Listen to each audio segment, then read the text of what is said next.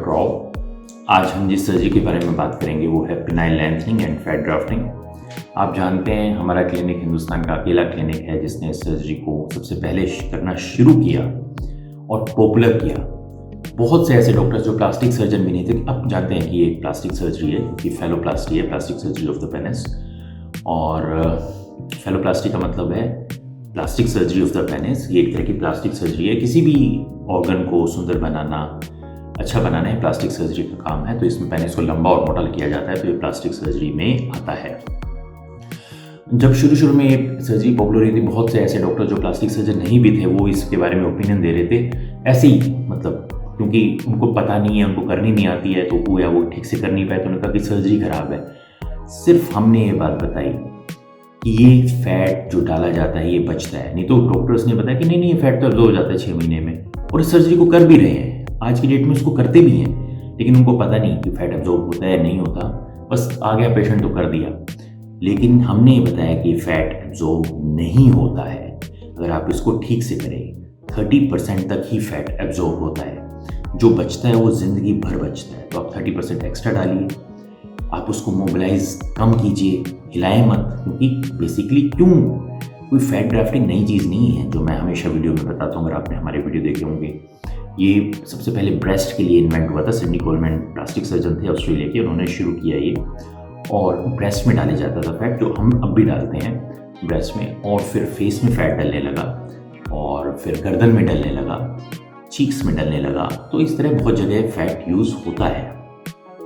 तो उसी तरह से पेनिस में यूज़ होता है। प्रिंसिपल ये होता है कि आप देखेंगे प्लास्टिक सर्जरी में बहुत जगह ग्राफ्टिंग की जाती है। कोई आदमी जल जाता है तो उसके वहाँ पे स्किन लगा दी जाती है, वो एक तरह से ग्राफ्टिंग है। इस तरह ही फैट ग्राफ्टिंग है, किसी भी एक टिश्यू को दूसरी जगह पर डालना, तो वो ऑटोलोगस ग्राफ्टिंग होती है। इसमें फैट को दूसरी तरफ डाल दिया जाता है और थोड़ी देर में वहाँ पे ब्लड वेसल्स बन जाती है और वो फैट वहाँ पे टिकता है। अब ये सर्जरी जब भी की जाती है तो इसमें कुछ ना कुछ चीज़ों का ध्यान रखना चाहता है, जो कि प्लास्टिक सर्जरी के प्रिंसिपल्स में आता है कि आप उससे प्रॉपर्ली मोबिलाइज करें, छोटा छोटा अमाउंट डालें, बहुत ज़्यादा मत डालें एक जगह पर, और फैट को डैमेज ना करें निकालते वक्त, उसको ठीक तरह से हैंडल करें, उसको नैनो फिल्टर में तोड़ें। ये कई कुछ प्रिंसिपल्स हैं जो प्लास्टिक सर्जरी में आते हैं। तो हमने ये सर्जरी की, सैकड़ों मरीजों की ये सर्जरी की, इसको पॉपुलर किया, लोगों के मन के डाउट को हटाया, और ओवर करेक्शन करें। जो मैं एक चीज़ भूल गया कि आपने जितना फैट डाला है उससे थोड़ा और फैट डालें, ताकि ऑब्जॉर्व भी हो जाए तब भी बचा रहे। इसके हमने वीडियो भी डाले शुरू में, लेकिन अब यूट्यूब में हम वीडियो नहीं डालते हैं। बहुत से पेशेंट कहते हैं जी वीडियो दिखाओ, फोटो दिखाओ, उन्होंने कुछ नहीं कराना होता, बस उनको वैसे ही देखनी है चीज़ें। अगर आप आते हैं, हमारे वीडियो देखे हैं, पेशेंट के हमने रिव्यू डाले हैं, पेशेंट इससे सेटिस्फाइड रहा है, 1 साल बाद के रिव्यू डाले हैं, 2 साल बाद के रिव्यूज़ डाले हैं। देखिए YouTube पे हम वही चीज़ डाल सकते हैं जो YouTube जाने की परमिशन देगा। अगर मैं पेनिस वहाँ पे डालने लग जाऊँगा तो उसकी कोई व्यूअरशिप नहीं होती। तो हम एक बेसिकली पेशेंट से बात कर लेते हैं, उनका सर्जरी करते हुए वीडियो बनाते हैं, अपनी इन्फॉर्मेशन देते हैं पेशेंट को, पेशेंट से बात करा देते हैं, पेशेंट से रिव्यू ले लेते हैं। फैट ग्राफ्टिंग को हमने पॉपुलर कराया। अगर मैं ये तो नहीं कहूँगा कि मैं इसका इन्वेंटर हूँ, लेकिन इंडिया में सबसे ज़्यादा सर्जरी ये मैं करता हूँ। हमारे पास जगह जगह से पेशेंट ये सर्जरी कराने आते हैं। इसमें बहुत फाइननेस चाहिए इस सर्जरी में, कोई निशान नहीं आता, कोई टाका नहीं आता, कोई इंसिजन नहीं लगता, लेकिन एक तरह की फाइननेस चाहिए इसका अच्छा रिजल्ट देने के लिए। जब डॉक्टर खुद ही कह रहा है कि इसका रिजल्ट आता है नहीं आता, उस जगह आप सर्जरी इसको मत कराएं। आप वहीं सर्जरी कराएं इसमें जहाँ पर जो डॉक्टर पहले से ही कह रहा था कि ये सर्जरी आती है। अब ये पॉपुलर हो गई है तो हर कोई कर देता है, आ गया तो हमने भी कर दी जी फैट ग्राफ्टिंग। ऐसे नहीं टिकता, ऐसे नहीं सर्जरी होती। आप जब खुद ही कन्विंस नहीं हो कि ये सर्जरी काम करती है कि नहीं करती, तो आप पेशेंट की कैसे सर्जरी करोगे। तो ये सर्जरी हमने पॉपुलर की। दूसरा, एक मैंने पेशेंट हमसे आके बोलता है कि सर जो पिनाइल लेंथनिंग करोगे ये क्या खड़े हुए लेंथनिंग होगी, बैठे बैठे होगी? ये एक रिडिकुलस है। किसी एक डॉक्टर ने इंग्लैंड में कह दिया कि नहीं ये खड़े बैठे बैठे मैंने इसकी लेंथ बढ़ती है, खड़े होकर नहीं बढ़ती। वहीं से कॉपी करके किसी डॉक्टर ने बोल दिया, और लोग ये हमसे पूछते रहते हैं दोनों में बढ़ेगी लेंथ। कैसे बढ़ेगी दोनों में? जब हम पेनिस का लिगामेंट कट करते हैं तो लिगामेंट नीचे की ओर आ जाता है, वो लिगामेंट वापस ऊपर ना जाए, वहाँ पे सिलिकॉन डाला जाता है, सिलिकॉन का टुकड़ा, ब्लॉक। जब हम वहाँ पे सिलिकॉन डाल देंगे तो मान लो वो नीचे आ गया और पीछे सिलिकॉन डाल दिया, तो वो पीछे नहीं जा सकता, वो तो फ्लैसिड स्टेट में थ्रू लेंथ बढ़ ही गई। जब वो इरेक्ट होगा तब भी वो पेनिस, क्यों, ये तो नॉर्मल पेनिस होगा, वो बोन से लगते हुए इरेक्ट होगा, मतलब यहाँ से इरेक्ट हो रहा है, ये ऐसे इरेक्ट हो रहा है, ये फ्लैसिड स्टेट है। आपने यहाँ पे सिलिकॉन डाला, मतलब जस्ट पेनिस के पीछे, तो उसने नीचे कर दिया उसको फ्लैसिड स्टेट को, तो पेनिस ज़्यादा नीचे लटकन आ गई पेनिस में।